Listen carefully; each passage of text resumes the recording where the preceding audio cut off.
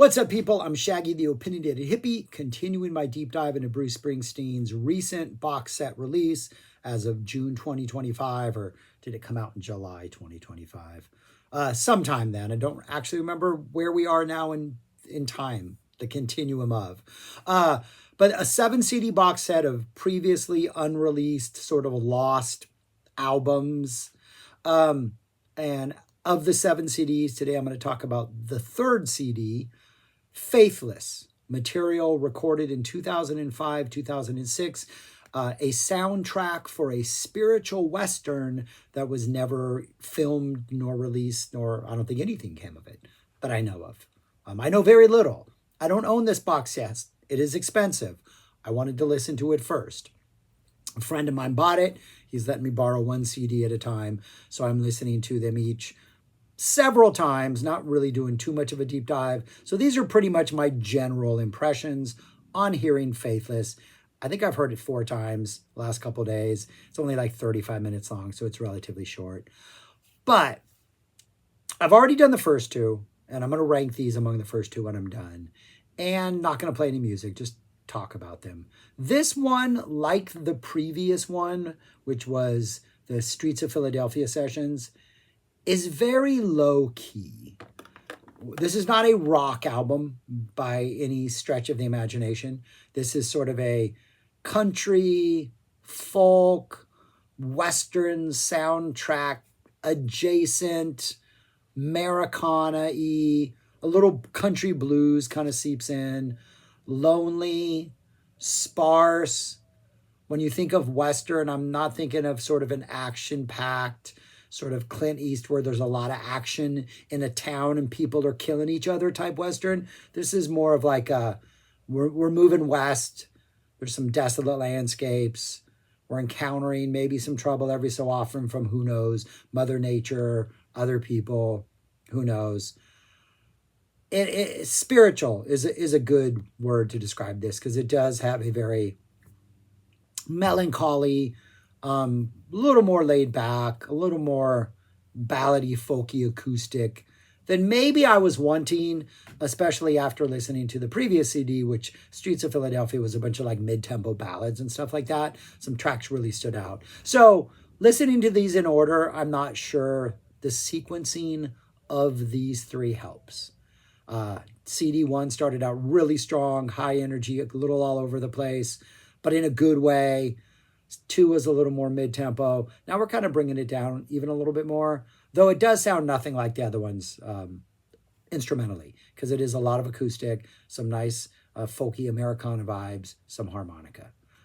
11 songs. It does kind of almost feel like it plays out like a Western in a weird way, or like a soundtrack, not like a Western, but like a movie. It does feel like there's a really good ebb and flow to the sequencing of the album. Once I accepted it for what it was, this sort of much more folky country type vibe.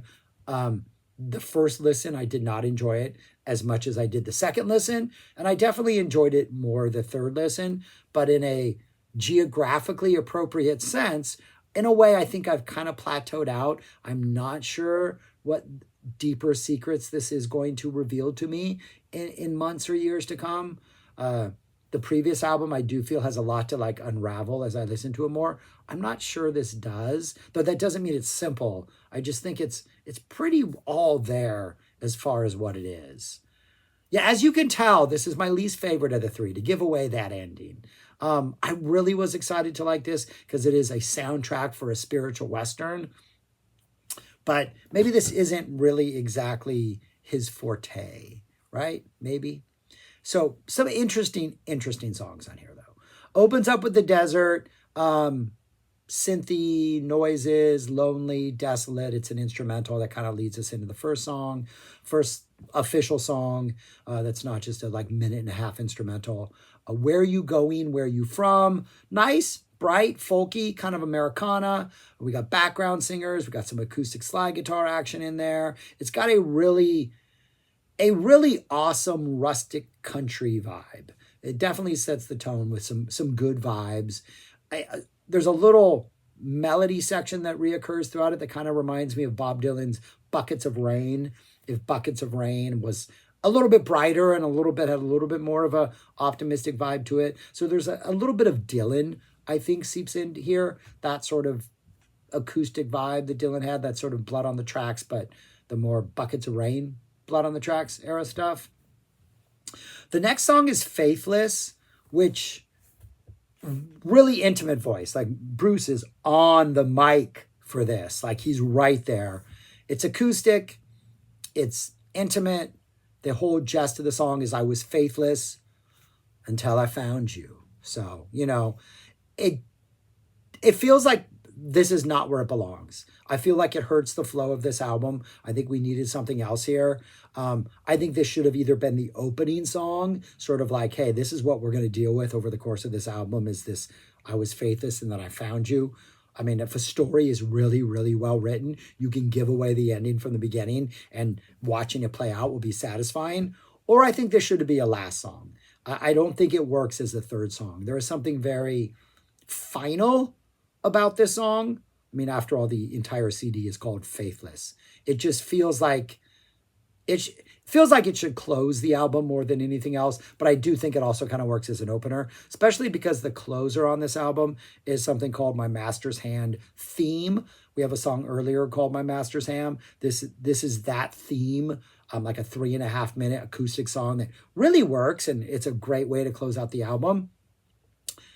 I kind of think if you open with Faithless, then you have this dense desert instrumental, which kind of separates you from you have the main title. Then we're kind of going into the opening scene, where you go and where you're from. We're kind of introducing our characters.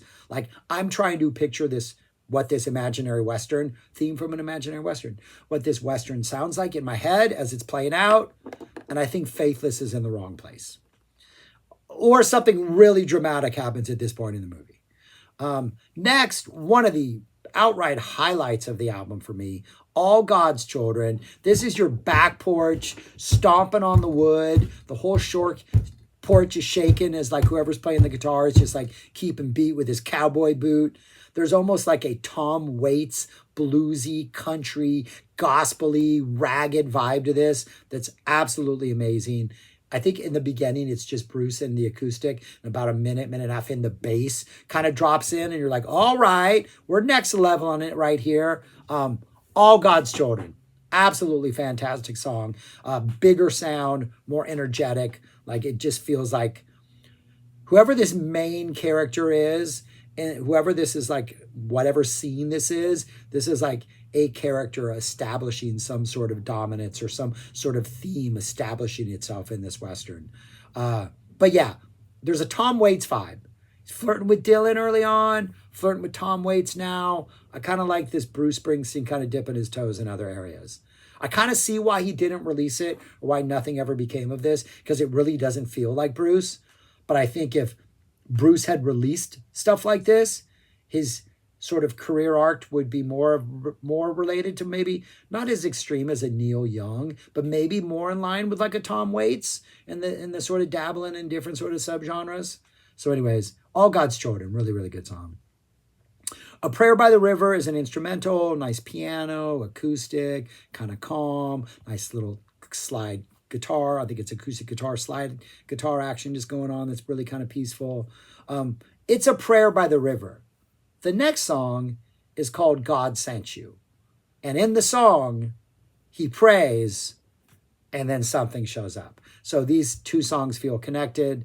It's a piano ballad, but it works really nicely, even though it is more of a gentler, calmer thing. It follows A Prayer by the River so well. The two pair up really well. I'm assuming in Springsteen's creation of these two pieces, feels like they were intended to go together. Doesn't seem like it's just maybe an accident of this album putting them together.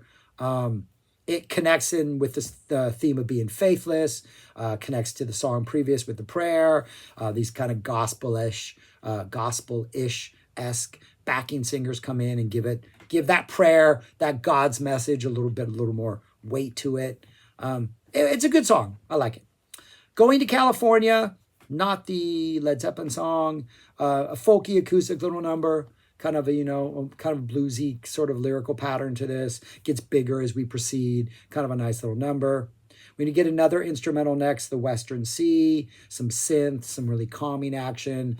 I don't know what the Western Sea is. I don't think they saw the Pacific. The Pacific is I've never thought of the Pacific as a calm ocean, ever. I lived, half a mile from the Pacific for, what? No? Yeah, more than half my life, maybe 2 miles at one point when I moved. But Pacific it's a rowdy thing. So this must be like Utah or something, like hitting on a mountain and just seeing like endless sort of Western desert. That might be what the Western Sea is. I don't know. My Master's Hand is next. My Master being the Lord, a very gentle acoustic, and the drums, piano kindly enter, sort of choiry, harmonica, full band, sort of gentle country folk Americana experience. Let Me Ride, nice piano, keys, gentle ballad. It's about a guy who's pretty much been a sinner in all the ways that you can be a sinner, but he's like, hey man, come on, let me ride, Lord. Might be the end of his days, and he's maybe looking up for some salvation, because he's in desperate need of some. And then we close out with My Master's Hand, which is the theme song connecting back to My Master's Hand, the song. This is an instrumental, a nice, cool instrumental number. This is not a bad listen, but you kind of almost have to compare it to Springsteen's other more acoustic-based stuff, just because it is a more acoustic-based album. And I don't think song for song, I don't think the overall experience really stands up to any of those. Definitely not Nebraska, definitely not Ghost. Even like Western Stars and that Western vibe. I think a couple of those songs pop just a little more. I think All God's Children is a standout just for the Tom Waits energy. I think the overall flow of the album works. I think there are times when like I might be driving to like Austin or Houston on maybe a nice summer's day or a spring day. Maybe I got the windows down and I want some little chill as I'm driving through like the Texas countryside. Maybe this works. But of the three I've done so far, I do think it is. I think it's the one that's going to have the least payoff going forward. Like, I'm super excited to dive back into that first one because it was 18 tracks of all over the place, just Bruce being pre-Born in the USA Bruce. That second CD, the problem with that was all the songs were same over the course of them. So it had this like, the Secret Garden, I don't think it's called The Secret Garden. Secret Garden does not stand out on that album.